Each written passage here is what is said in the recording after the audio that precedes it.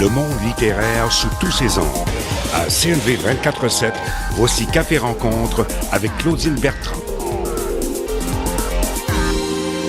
Bonjour tout le monde, ça me fait plaisir de vous retrouver comme à chaque semaine. On a toujours beaucoup à vous dire. On parle d'événements, de ce qui se passe à Montréal, dans le Québec et à travers la planète. Donc on salue tout le monde à travers la planète. C'est ça l'intérêt de CNV. On est ici directement du complexe des Jardins, mais on a une cause. On aimerait vous parler parce qu'on a été associés souvent à Noël dans le parc. Peut-être que vous allez trouver ça bizarre, Noël dans le parc, en fait, en plein printemps, hein? C'est ça, effectivement. Mais vous savez que le Noël dans le parc, ça se prépare 1 an à l'avance, hein? Donc, si la neige a cessé de tomber, nous, on pense, bon, qu'est-ce qu'il y a? Évidemment, c'est un grand événement. On dit un événement, mais qui regroupe beaucoup d'événements. Au moins, il y a 250 artistes. Et j'ai 2 personnes avec moi, 2 invités de marque qui sont intimement liés à Noël dans le parc. C'est des êtres passionnés, c'est des artistes et qui se sont impliqués pour défendre cette cause-là parce que souvent, Noël dans le parc, on se rend compte que c'est menacé, hein? Parce que le parc Nicolas, il est grandement menacé. On se dit, quand ça va bien, on dirait il y a des artistes, il y a des activités. C'est extraordinaire. Même, c'est devenu un lieu mythique, hein? C'est mythique pendant 1 mois. Je ne sais pas si tu as déjà vu. Oui, je suis allé visiter. Je suis allé faire un tour à l'événement. Puis, discrètement, et il y a quelque chose d'assez charismatique. C'est certain. Il faut le vivre, il faut être là. Ouais, il faut le voir. Là. Mais en même temps, c'est comme dit notre ami Rémi Trutel, il y en a qui volent au secours de la victoire quand ça va bien. Exactement. Quand ça va moins bien, il faut les trouver. Oui, il faut les Donc, trouver. il faut s'impliquer. Exactement. Et comme ça va trop bien, bien là, évidemment, là, le bateau tangue un peu et puis on menace même de fermer ce parc-là. Imagine. Donc, imagine où va être relogé toutes ces activités, tous ces artistes et qui sont au moins reconnus, que ce soit la relève, c'est une plateforme pour la relève, des artistes reconnus. Il y a toujours une nuit de poésie aussi. Oui, bien c'est ça, effectivement. Oui. On parle justement d'événements assez uniques sans détail. C'est unique. Donc, on dit que la ville de Montréal, en milieu urbain, comment on fait vivre le milieu urbain? Je dis on fait vivre, mais là, j'ai 2 artistes avec moi. Je vais leur laisser la parole pour qu'ils nous expliquent un petit peu comment ça s'est déroulé. Tu sais que ça fait 20 ans déjà, Nicolas. Hein? Déjà 20 ans. Bravo, 20 messieurs. ans. Bravo. Donc, déjà, on vous félicite parce qu'il y a eu du boulot. Et, disons, on vend, il y a des sapins qui se vendent, des beaux sapins biologiques. C'est une atmosphère extraordinaire, comme une atmosphère, comme si on était à la campagne, à la ville. Voilà. Hein? Le meilleur des 2 mondes. Exactement. C'est le meilleur des 2 mondes avec la petite neige qui tombe, avec des animaux qui sont là. Aussi, il y a un feu, c'est comme un feu de camp. Tout le monde va se réchauffer. Et il y a 2 cabanes magiques où on voit les artistes et des très grands artistes. Entre autres, on peut en nommer, tout à l'heure, je demandais à mes 2 artistes, dont Alain Gingras, Guimond, parce que, bon, c'est toujours Guimond aussi, directeur général artistique de ce grand événement. Alors, j'ai l'honneur d'avoir avec moi Alain Gingras qui va nous donner un petit historique et j'ai aussi Thibault de Corta. Alors, salutations aussi, Monsieur Thibault, qui est responsable des relations publiques, artiste disciplinaire. J'allais dire multidimensionnel. C'est un peu vrai. Ça, je suis d'accord. Multidimensionnel. C'est beau. C'est encore plus beau. Maman servait. Je pense que oui, c'est multidimensionnel.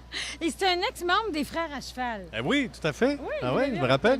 Tu vois, tout à fait. On se rappelle de ça, les Frères à cheval. Exactement. C'est bon. C'est bon. Donc, il y a une mémoire, il y a une histoire, il y a la culture. Et c'est ça l'intérêt de faire vivre cette culture au Québec et en hiver, parce qu'il se passe à peu près rien. Souvent, les gens, où on reste dans les maisons, on reste en cabanier, on va pelleter. Et est-ce qu'il y a un lieu qui rassemble? Oui, ce lieu-là existe. C'est Noël dans le parc et dans un parc, le parc La Haye. Et Alain, vous êtes ici pour nous en parler, Alain Gingras-Guimond.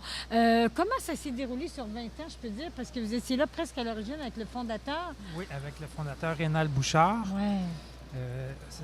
Noël dans le parc a débuté en 93 autour d'un baril de feu avec un groupe de musique tzigane qui s'appelle Soleil Tzigane. Oui, on avait besoin de soleil l'hiver. Oui, hein? c'est une année où on a débuté comme ça. Puis d'année en année, Rénal Bouchard, le concepteur, a introduit des structures, des concepts pour devenir, au fil des ans, Noël dans le parc actuel. Rénal nous a quittés en 2009, il est décédé. J'étais son bras droit à l'époque. Nous, on a décidé de reprendre ça puis continuer cette merveilleuse aventure. Tout à fait. Et présentement, on vit un problème assez majeur. La raison pour laquelle on est ici aujourd'hui, en plein mois de mars, à parler de Noël dans le parc, c'est que l'administration actuelle du plateau Mont-Royal souhaite nous évincer de ce parc, étant donné qu'il va y avoir des réflexions majeures. On ne sera plus le bienvenu par la suite aussi. Donc, pour fêter nos 20 ans, on doit se retrouver à un autre endroit, ce qui n'est pas évident de déplacer un événement de la sorte. C'est ça, ce que j'aurais voulu peut-être rajouter, c'est que d'abord, pour en revenir à Rénal Bouchard, pour ceux qui connaissent, qui ne le connaissent pas du moins, c'est un passionné. Hein? C'est quelqu'un qu'on a vu dans beaucoup de productions théâtrales, télévisuelles. Et c'est quand il a lancé ce projet-là, ça venait pas d'un calcul mercantile, mais ça venait de son cœur. C'était vraiment lui, son idée, c'était de reproduire un village d'antan en ville. Ouais. Il voyait ce qui se passait dans le plateau, la gentrification accélérée, tout ça. Et à cette époque-là, quand il a commencé, le Myland, la partie nord du plateau, n'était pas encore gentrifié comme l'île Plateau. Ouais. Et lui, il faisait un genre de jonction avec les familles, tout ça. Ce qui l'intéressait, c'était le tissu social. Et pas juste ça s'appelle Noël dans le parc, mais ça ne traite pas de culture uniquement catholique ou quoi que ce soit. C'est un prétexte pour réunir des gens de partout, de toutes les langues, de toutes les cultures. Puis petit à petit, il a développé le concept avec des cabanes magiques. C'est quand même assez unique comme concept. Là. Des gens qui jouent dehors l'hiver dans une petite cabane, pendant que les gens se réchauffent autour du feu avec une petite saucisse, un petit verre de vin chaud. Il y a des enfants, il y a des animaux sauvages, il y a des promenades en calèche. Et c'est beau à voir. Là. Justement, en plus, c'est que cet endroit-là, en fait, là, c'est central. C'est-à-dire qu'en fait, le seul problème qu'on a, si vous voulez, à l'heure actuelle, c'est que quand l'administration nous a dit ça en octobre dernier, là, que c'était qu'ils allaient nous déloger, en fait, pour rénover le parc, c'est que nous, ce qu'on s'est dit, c'est que, attends, mais on n'est pas contre, on comprend très bien qu'ils veulent rénover le parc, c'est tout à fait normal dans une ville qu'on mette à jour les lieux publics et tout ça, mais ce qu'on leur demandait, en fait, c'est est-ce qu'on peut travailler de concert avec vous? Intégré dans Voilà, pour que ce soit inclusif, là, parce que nous, en fait, on fait partie, nous sommes du patrimoine vivant. Là. Patrimoine vivant. Si on dit que je me souviens au Québec, c'est ça la devise, bien, je me souviens que depuis 20 ans, il y a des gens qui offrent une plateforme à 200-300 artistes par année. D'accord, auquel on consacre un budget qu'on arrive à débloquer par les commandites, par la vente de sapins, par tout ça, OK? On redistribue. Et en fait, ça fait le plaisir de tous les intervenants, que ce soit les artistes, que ce soit les familles. Et même la résidence pour personnes âgées qui est de l'autre côté de la rue adore cet événement-là. Ils nous demandent la programmation à chaque fois. Oui, tout à fait. Donc, c'est pour les petits et pour les grands, parce qu'il y a des compteurs. Hein, aussi, Alain, vous avez invité, combien de compteurs? Des compteurs Inuits? Depuis le début, on en a eu plusieurs, puis dans plusieurs sphères. Des compteurs amérindiens, des compteurs d'ici. Des compteurs africains. Et vous avez Marc Bélan aussi, à la fois comme compteur. Et vous-même, d'ailleurs. Oui. Ben oui. Claudine qui vient réciter sa belle poésie avec Lucien Francoeur. C'est vrai, on a une belle brochette. Ça fait 7 ans qu'on fait une soirée de poésie. June, c'était fantastique. Un très, très, très bon slammer. Il est venu ici, on a Franz Benjamin, on avait Danny Plourde, Diane Régimbal. On a invité aussi Gilles Bélanger. Écoutez, Gilles Bélanger qui ne connaît pas, avec 12 hommes rapaillés, avec 3 trophées en main. Il tenait à faire une musique pour accompagner la poésie, tu vois? Ce que vous dites, c'est assez fantastique parce que en effet, quelle que soit la notoriété de l'artiste, ils veulent venir. Comme par exemple Marco Cagliari, qui est quelqu'un qui n'a pas besoin de ça. C'est lui qui a appelé Alain, il dit « Je veux jouer dans ton événement ». Et c'est pas pour de l'argent ou quoi, c'est parce qu'il voit l'ambiance magique qu'il y a là-dedans, le genre de... Ils veulent faire partie du party. Oui, c'est ça. Oui, exactement. C'est vraiment un vrai party. C'est un rassemblement. Et d'ailleurs, ça le dit, un événement très rassemblant parce qu'on cherche, et aussi durant cette période-là, durant la période des fêtes aussi, c'est un peu une période de retrouvailles, hein, parce qu'il y a beaucoup de solitude quand même dans les villes, des gens souvent qui sont isolés. Et ils veulent un lieu où se retrouver. Et là, c'est très, très convivial. Hein? Il y en a pour tous les goûts, tous les publics. On peut retrouver soit la l'après-midi aussi. Il y a pour les enfants, on peut y aller en famille.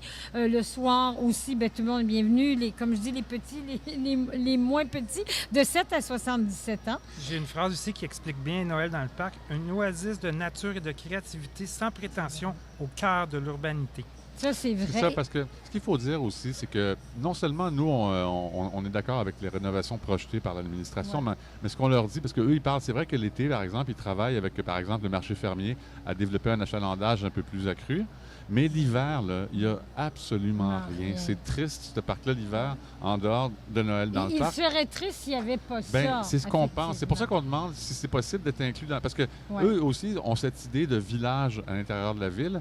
Mais cette idée-là, donc, Rénal Bouchard et Alain la défendent depuis 20 ans. Là. Donc, c'est pas nouveau, ça n'a pas attendu une administration récente ou quoi. Non, c'est déjà là dans l'idée. Donc, en fait, on est complémentaires de leur vision. Exactement. C'est ce qu'on pense. Oui. Donc, qu'est-ce que vous demandez surtout dans votre programme? Parce que, bon, vous faites pression pour essayer de sensibiliser à la fois la population, à la fois nous. Qu'on puisse rester dans le parc, On demande une consultation publique entre-temps parce que les élus sont complètement fermés. C'est ça, ils veulent pas. C'est bizarre parce que d'un côté, ils disent qu'ils veulent, mais en fait, dans la réalité, mais souvent, je pense qu'ils ne geste. sont pas tout à fait assez au courant de ce qui se passe. Peut-être qu'ils étaient plus sensibilisés de dire... Ils le sont. On a défendu tous nos points un par un. Puis ce qu'on ne comprend pas, c'est justement l'argument numéro 1 qu'ils donnent, c'est qu'on endommagerait le parc. Ça fait 19 ans qu'on est là. Ça n'a jamais été cité auparavant par aucune administration. C'est vrai. Donc, nous autres, on ne comprend pas. Puis on cherche là pourquoi ils veulent nous déloger de ça. Parce que dans le fond, on fait vivre ce parc-là une période de l'année où il n'y a rien. Il y a minimum 30 000 personnes qui passent au mois de décembre venir nous voir. Ça, entre 30 à 50 000 selon les années, selon les artistes qui sont là. Donc, on donne une mission au parc qui est hallucinante. Là, oui, juste le soir de Bernard Adamus, là, il y a 2000 personnes qui sont passées. Quand même, 2000, c'est quand même pas si mal pour un parc. Là. Pour un parc. Un petit parc comme ça, en plein hiver en plus. Un parc de transition. C'est ce parc de transition. Et qui dans les artistes, est-ce que vous pourriez me nommer, Alain, vous avez une belle brochette, je sais que vous avez eu Tricot Machine, Zorouba. Zorouba, c'est complètement... Marco Cagliari, Barra Tremblay, So Called. Parce qu'en plus, on ne se limite pas, par exemple... Il y a des musiques traditionnelles et des musiques aussi très modernes. Oui, et c'est ça, voilà. C'est vraiment un mélange de tout bord, tout côté, là, de culture, de génération, de... Nous, en fait, c'est l'idée de la famille, c'est ça. Hein? La famille, c'est inclusif. Intergénérationnel. Ben voilà, exactement. Tout à fait. Oui, il y a beaucoup de monde connu, moins connu, et vraiment des artistes de la relève émergents qui ont passé au Parc La Haye sur les années... Même Mister Valère sont venus. Oui, ils ont tourné une vidéo avec Normand Lamour. Avec Normand Lamour, quand même. C'est à voir. Ça, si c'est pas interculturel, je ne sais pas ce que c'est. Parlant de réseaux sociaux, on vous invite à aller sur notre Facebook, aller cocher « J'aime » sur « Sauvons Noël dans le parc ». Ça serait important de faire des commentaires, si c'est possible. Oui, des commentaires. Donc, on fait facebook.com « Sauvons Noël dans le parc ». C'est bien ça. Et là, on a tout à la fois l'historique. L'événement ici, je vois votre revendication, c'est que c'est menacé de disparaître et c'est injuste. En fait, on ne veut pas que ça disparaisse. Vous voyez, en fait, c'est un peu plus subtil que ça, en fait, si vous me permettez. C'est que c'est pas tant que c'est menacé de disparaître, ça l'est uniquement parce qu'il n'y a pas de dialogue. Parce qu'en fait, nous, on n'était pas fermés. Ils nous ont dit au début, on va vous trouver un autre endroit dans le plateau.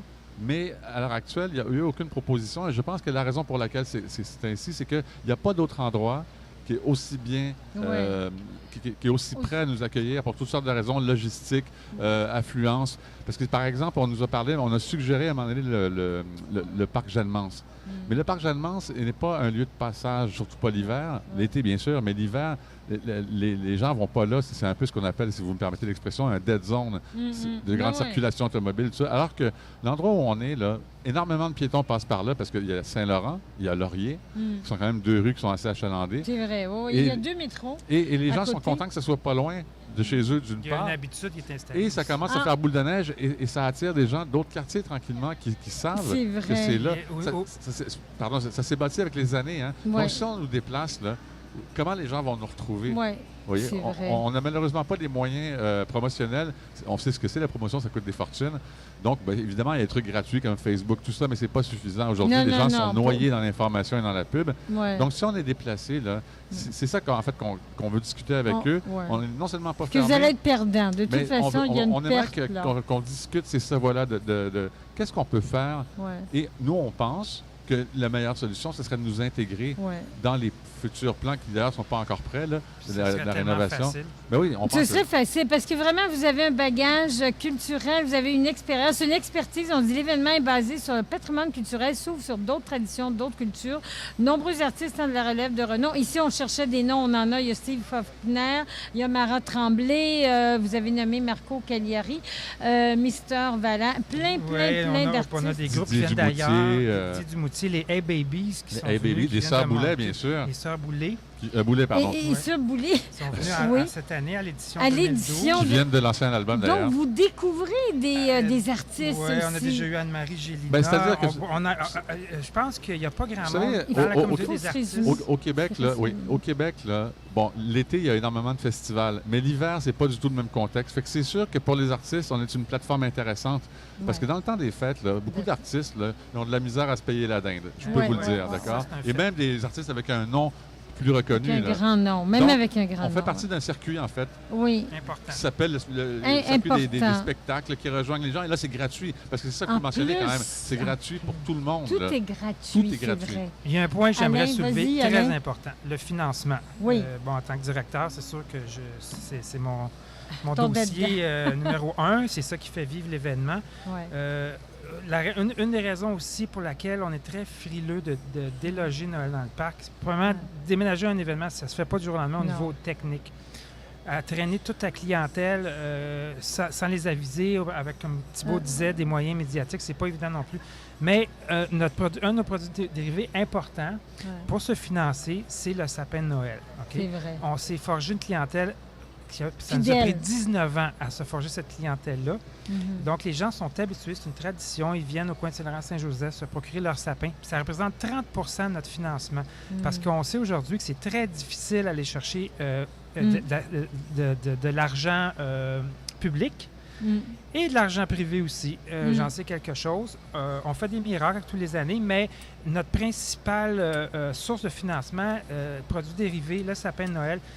Imaginez, on se retrouve au fond d'un parc, on nous a suggéré, on nous a suggéré le parc Jeanne-Mance, on nous a suggéré le parc La Fontaine, mais un événement de la dimension qu'on a serait un peu perdu. Est-ce que les gens vont suivre? On en doute. On a demandé aux élus, est-ce que vous êtes prêts à absorber s'il y a un déficit? Pas du tout. Donc, c'est un autre point pour lequel on a très peur de... Et aussi, je voudrais mentionner une chose, parce qu'on s'est fait dire dans un conseil d'administration que notre entreprise était mercantile. Mais en fait, il faut savoir une chose, c'est que Noël dans le parc a été déficitaire pendant des années, donc ça n'a jamais été fait pour de l'argent. Et seulement dernièrement, sous l'administration d'Alain, ils arrivent à sortir la tête de l'eau. C'est récent, là. Donc, c'est non seulement pas pour faire de l'argent, mais c'est plutôt pour réinjecter dans la communauté. En fait, c'est un roulement. Exactement, oui. C'est vraiment une belle initiative citoyenne. Comme on dit, c'est des citoyens qui sont pris en main et des artistes et vous réussissez à réunir ça. Comment faire maintenant pour vous appuyer? Bien, d'aller sur Facebook, c'est ça? Oui. Et faire comme ce que vous des faites. Commentaires, faire ce qu'on fait dans les médias, d'en parler. Plus de personnes le sauront, plus de gens vont être sensibilisés, vont en parler peut-être à leurs députés. Bien, parce que vous savez ce qu'on dit, excuse-moi, ce qu'on dit, c'est que... Il reste une minute. Oui, les élections, c'est fantastique, mais c'est une fois par 4 ans. Exactement. Nous croyons que la vie démocratique, ça se passe aussi entre 2 élections, à savoir que c'est un outil qui peut se transformer. Et il y a des moyens légaux, non seulement légaux, mais légitimes. Par exemple, la voix publique, la voix des gens qui sont directement concernés. C'est pas juste nous qui sommes concernés, c'est tout le public, les familles, tout ça, qui ont le droit aussi de savoir qu'est-ce qui arrive avec leur événement. On vous écrit à Facebook, Alain? Oui, puis pour terminer, il y a une motion qui va être présentée au maire au prochain conseil d'arrondissement, comme quoi qui est demandé une consultation publique pour tous les parcs du plateau. On la souhaite ardemment. Oui. Donc, Noël dans le parc, on appuie votre événement qui regroupe plusieurs événements. Il faut qu'il y ait une 20e édition, hein, c'est ça? Il va en avoir une. Il va en avoir une. Nous, on milite pour ça et peut-être qu'on reviendra. Vous serez invités pour nous donner un peu l'évolution de ça d'ici 1 mois ou 2 mois. Ouais. On veut savoir où c'est rendu parce que Noël dans le parc, on y tient. C'est un patrimoine culturel très important et très vivant, oui.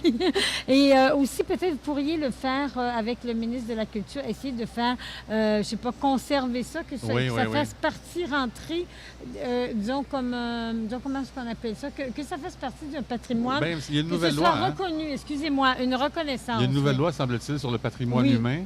qui le met en équilibre avec le patrimoine immobilier, si je puis dire, que sont les pierres. Donc, on se qualifie. Oui, parce que les pierres, c'est beau, mais l'humain, c'est un peu plus beau que les pierres. Tout à fait. Donc, nous, on vote pour l'humain. Alors, on va passer... on vous remercie beaucoup d'avoir été avec nous. Ça fait un plaisir, Claudine, comme d'habitude. Oui, merci Alain. Et puis, M. Thibault, on vous réinvite. D'ici un mois, on veut savoir où c'est rendu. Et puis, beaucoup de signatures. Peut-être éventuellement, il y aura une pétition. Oui, on le souhaite. On le souhaite. Alors, on vous appuie ardemment, passionnément. Et puis, bonne continuité à vous deux. Bravo, les gars. Lâchez pas. Merci. Merci. À très bientôt. On va passer à une autre intervention, un segment, on a une pause musicale. On vous revient dans quelques instants.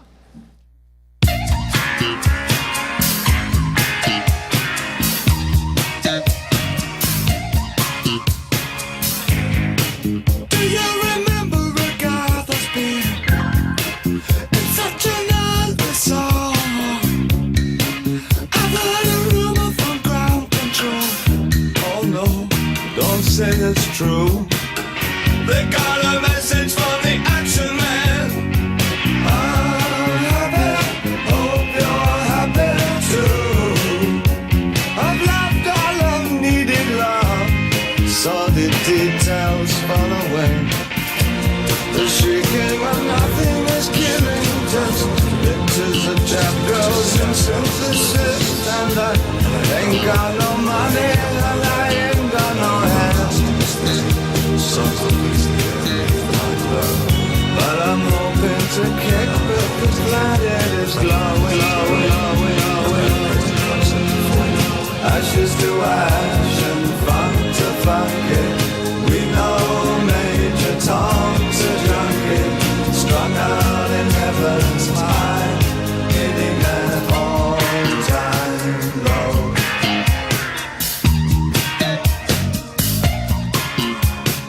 Time and again I tell myself I'll stay clean tonight, but the little green wheels are following me. Oh no, not again.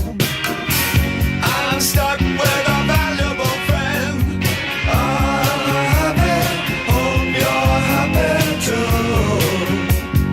One flash of light, but no smoking pistol. I've never done good things. I've never done bad things. I never did anything out of the blue. Whoa. Wanna next to break the ice. Wanna come down right now. Ashes to ashes, funk to funky. We know Major Tom's a junkie, strung out in heaven's high, hitting an on-time road.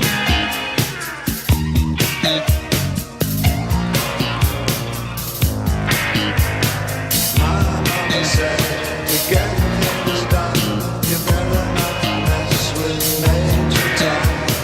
My mama said, to get things done, you better not mess with Major Tom. My mama said, to get things done, you better not mess with Major Tom. My mama said, to get things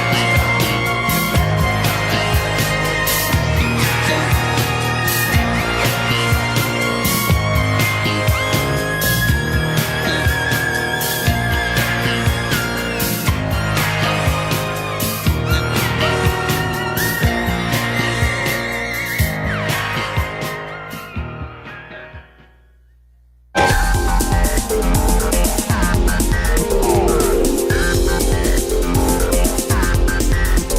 À CNV 24/7, vous écoutez Café Rencontre.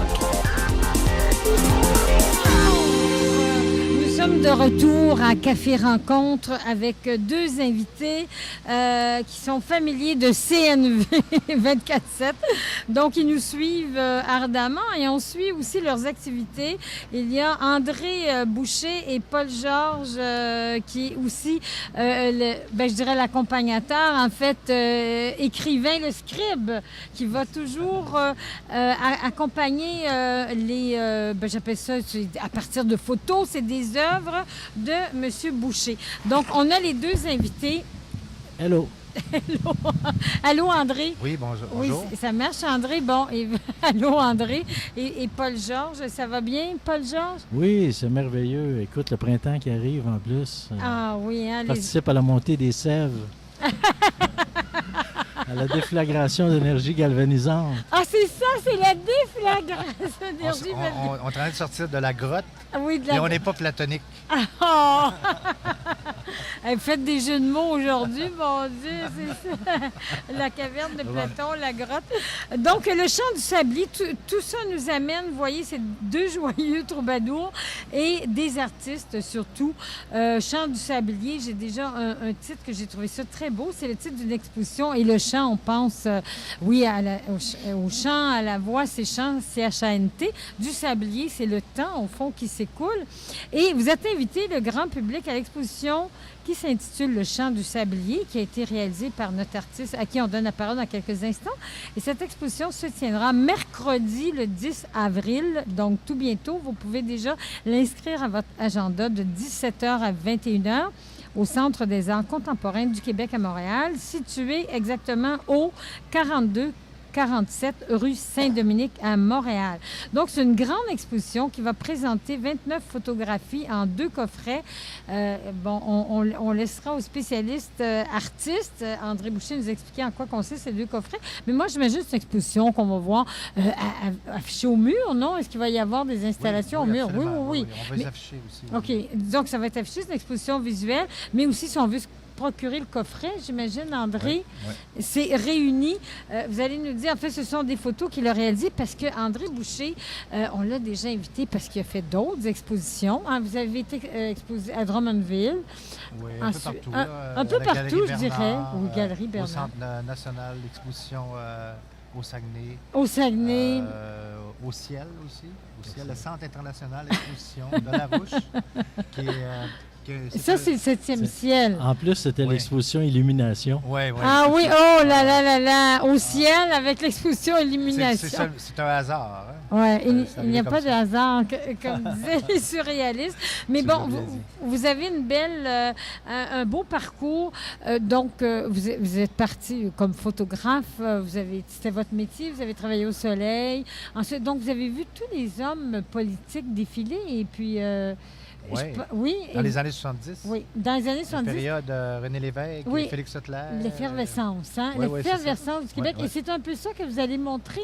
Oui, en fait, les coffrets, c'est un avant-goût d'un projet qui est beaucoup plus gros, beaucoup plus vaste. Je sais, avec André, c'est toujours des projets très vastes. Oui, mais écoute, ça fait 40 ans que je fais de la photo. Là, mais moi, en tout cas, en ce qui me concerne, je sais qu'il y a d'autres photographes aussi qui ont 2 volets. Parce qu'en photographie, on a un volet plus personnel, plus créatif, plus... moi, que j'appelle l'art contemporain, c'est surtout ça que je fais maintenant. C'est-à-dire, c'est beaucoup plus abstrait. C'est toujours de la photographie. Oui, je l'ai vu, j'ai vu. Oui, tout à fait. Là, maintenant, ça galvanise les énergies. Oui. Mais ce volet-là, je l'avais caché pendant plusieurs années. Mais j'ai accumulé des images dans mes voyages, puis ma période du soleil dans les années 70.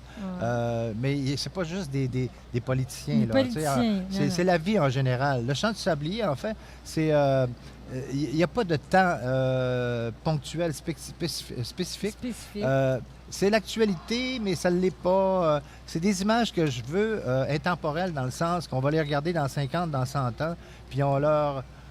vérité intrinsèque. En tout cas, moi, j'avais cette intention-là.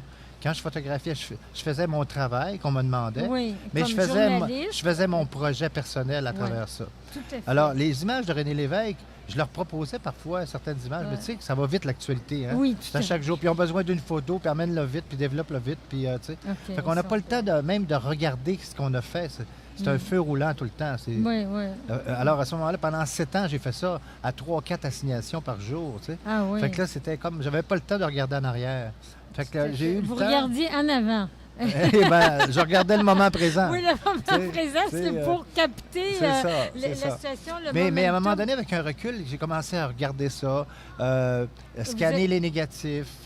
Ça m'a pris à peu près 2 ans et demi, tout compiler, tout ça. Puis j'ai le travail après ça, des images argentiques, c'est-à-dire sur film, noir et blanc, qui ont été transférées en numérique. Mais là, maintenant, on peut faire des prints beaucoup plus poussés. Les tirages originaux là, sont vraiment exceptionnels. C'est pour ça que je fais des coffrets.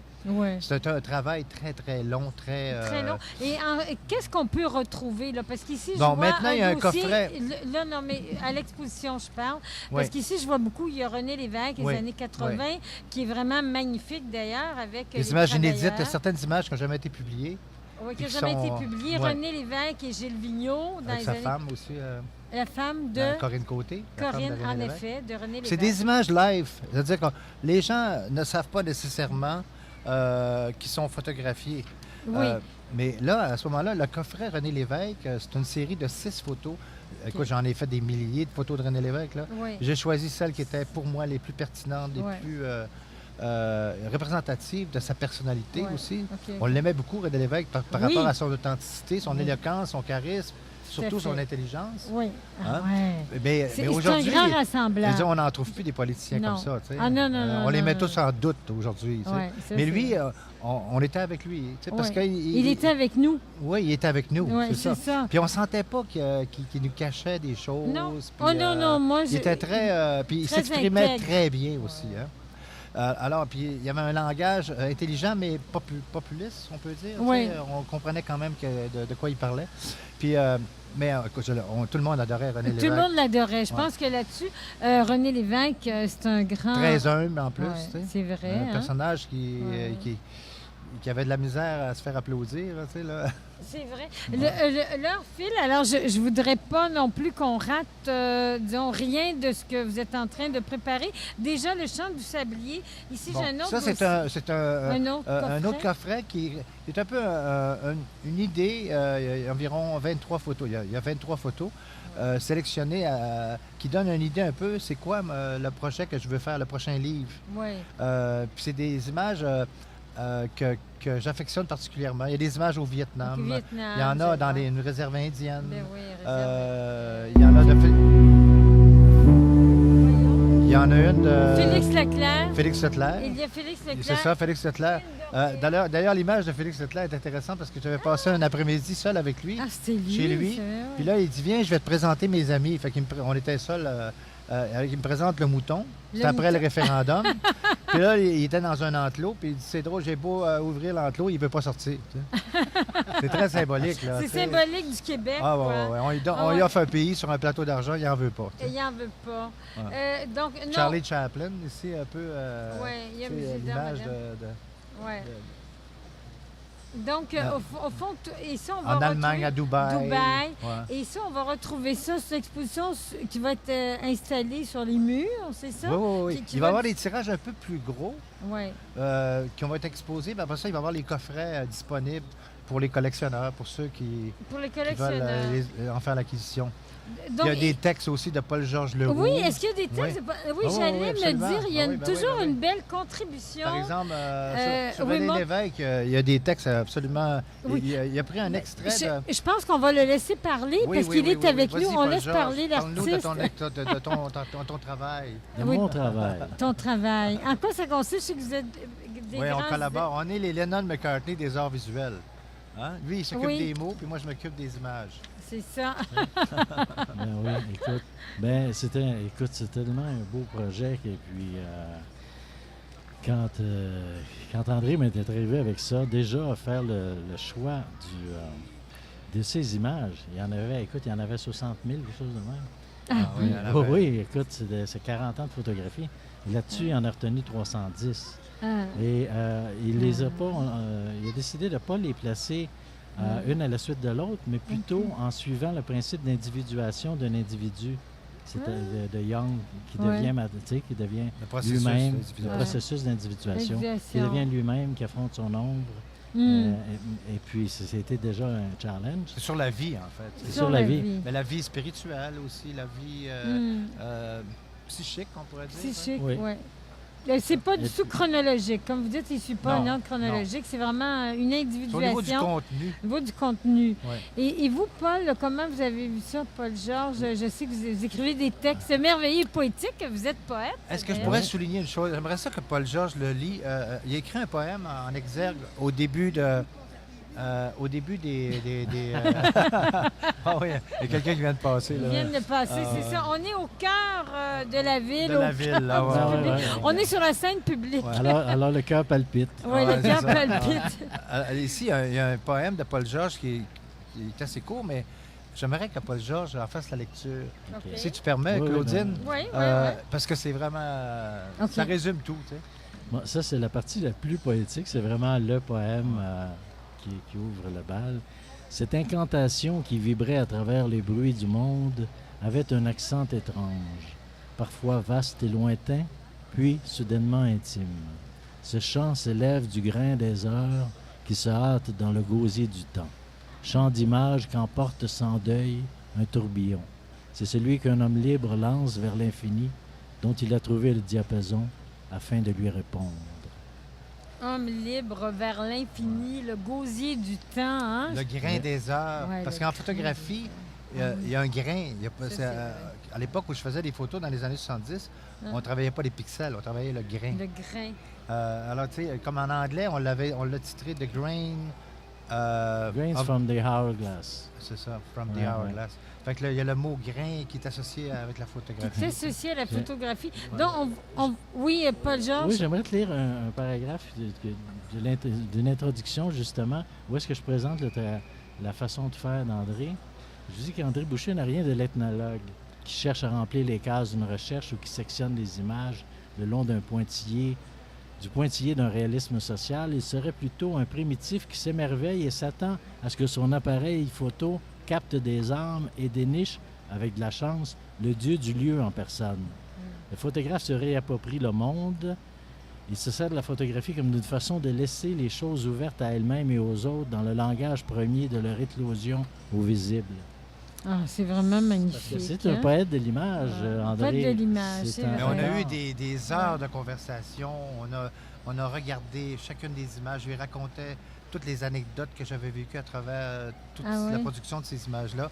Puis il y en a des choses à raconter. Là, et Paul-Georges a essayé de ressaisir un peu l'esprit de ça, l'essence. J'ai moi-même 300 pages que j'ai écrites là-dessus. Oui, sur André Boucher. Et là-dessus. Mais il l'a résumé en 10 pages. Et je l'ai résumé en 10 pages. Tu peux t'imaginer? C'est une synthèse. Une affaire de synthèse. Mais il a compris le processus de création. De création. Puis, moi, j'aurais pas pu l'exprimer avec des mots comme ça. J'étais capable de lui en parler comme ça quand on... dans une conversation, mais le dire bien, avec un style. Avec un style, oui. Ben, je pense que Paul-Georges a du style. Il nous reste que quelques minutes. Paul-Georges, est-ce que vous pourriez nous dire... Est-ce qu'on peut quelques minutes encore? Oui, parce que je voudrais qu'on parle de notre production. En gros, André, on sait que ça a lieu le 10 avril. Si on veut vous retrouver, parce que vous allez être là pour parler, nous expliquer comment vous avez procédé. Je sais que vous êtes amoureux, évidemment, des images, du travail artistique bien fait. Donc, on vous retrouve, c'est le 10 avril. Où exactement? Au Centre des arts contemporains du Québec à Montréal, qui est sur la rue Saint-Dominique, au nord de Rachel. C'est une ancienne caserne de pompiers qui ont transformé... ça fait au-dessus de 15 ans, 17 ans, je pense qu'elle existe. Ah ben il faut qu'on aille voir ça. Les gens qui sont... Dominique Roland, qui est le directeur, qui est vraiment une personne absolument... J'ai déjà fait un lancement de mon livre en 2008, là, d'ailleurs, tu sais. OK, d'accord. Il ne reste que quelques minutes. Merci, André. Je sais que Paul-Georges, vous avez fait allusion à son style. Il vient de faire paraître des poèmes dans une production qui s'appelle Instant de vertige. Et vous avez un texte dedans, je crois. Oui, il y a un texte dedans. Écoute, c'est 45 poètes qui développent le terme, qui déploient le thème, autant du Québec que de la France, des noms plus connus que d'autres, mais quand même, c'est tous des instants de vertige assez spectaculaires qui nous partagent. Oui, je peux te lire un des deux, si tu veux, oui. un des textes. Oui. Un court Le court. Ouais. Le Dieu sauvage, tiens. Ah oui, on est dans... je me fatigue des archétypes. Tu empoignes ton cahier pour le dépecer. Les feuilles sont brassées comme de vulgaires cartes à jouer, démystifiées, démasquées, dévoltairisées. Rabelais est ingénieusement débattu. Les petits jeux de Molière broyés en poudre aux yeux. Ah, Molière aussi. Démoniaque, ton sourire amérindien s'attaque à la sémantique. Tes mains, elles, sont agiles et promptes à tricher, brassant une nouvelle et mystérieuse partie. Lancée contre le mur, l'absolu éclate en 1000 morceaux. Un rituel s'accomplit qui permute pages, lignes, mots, les partages entre notre monde et un autre. Mots trophées de chasse, miroir dansant autour du feu. Trieste. Soudain, tu t'arrêtes sec et laisses tomber le cartable. Certaines phrases se construisent comme des gratte-ciel et contrairement à tes ancêtres, tu es sujette au vertige. Oh! Bravo. Là, on est pris dans le vertige. Alors, c'est Point de fuite, ça s'intitule Instant de vertige aux éditions Point de fuite. Oui, et donc, vous avez souligné 45 poètes regroupés autour de ça, le vertige. Et si on va voir votre exposition aussi, on a le vertige. Alors, on se laisse sur ce thème-là, cette idée de vertige. Alors, on souhaite à tout le monde une excellente semaine. Merci d'avoir été avec nous, Paul-Georges Leroux. Bien, ça nous fait plaisir. Ainsi que André. Merci, Claudine. On va aller voir à l'exposition. Vous serez là comme deux mousquetaires. Alors, on vous retrouve bientôt. On reparle de poésie. Merci beaucoup d'avoir été avec nous. C'est Claudine Bertrand au micro. Nous vous souhaitons une excellente semaine. Faites le plein de lectures et d'expositions surtout. Il y a beaucoup d'artistes au Québec. Il ne faut pas les négliger. Sauvons notre patrimoine culturel. Claudine Bertrand, bye-bye tout le monde. Ciao!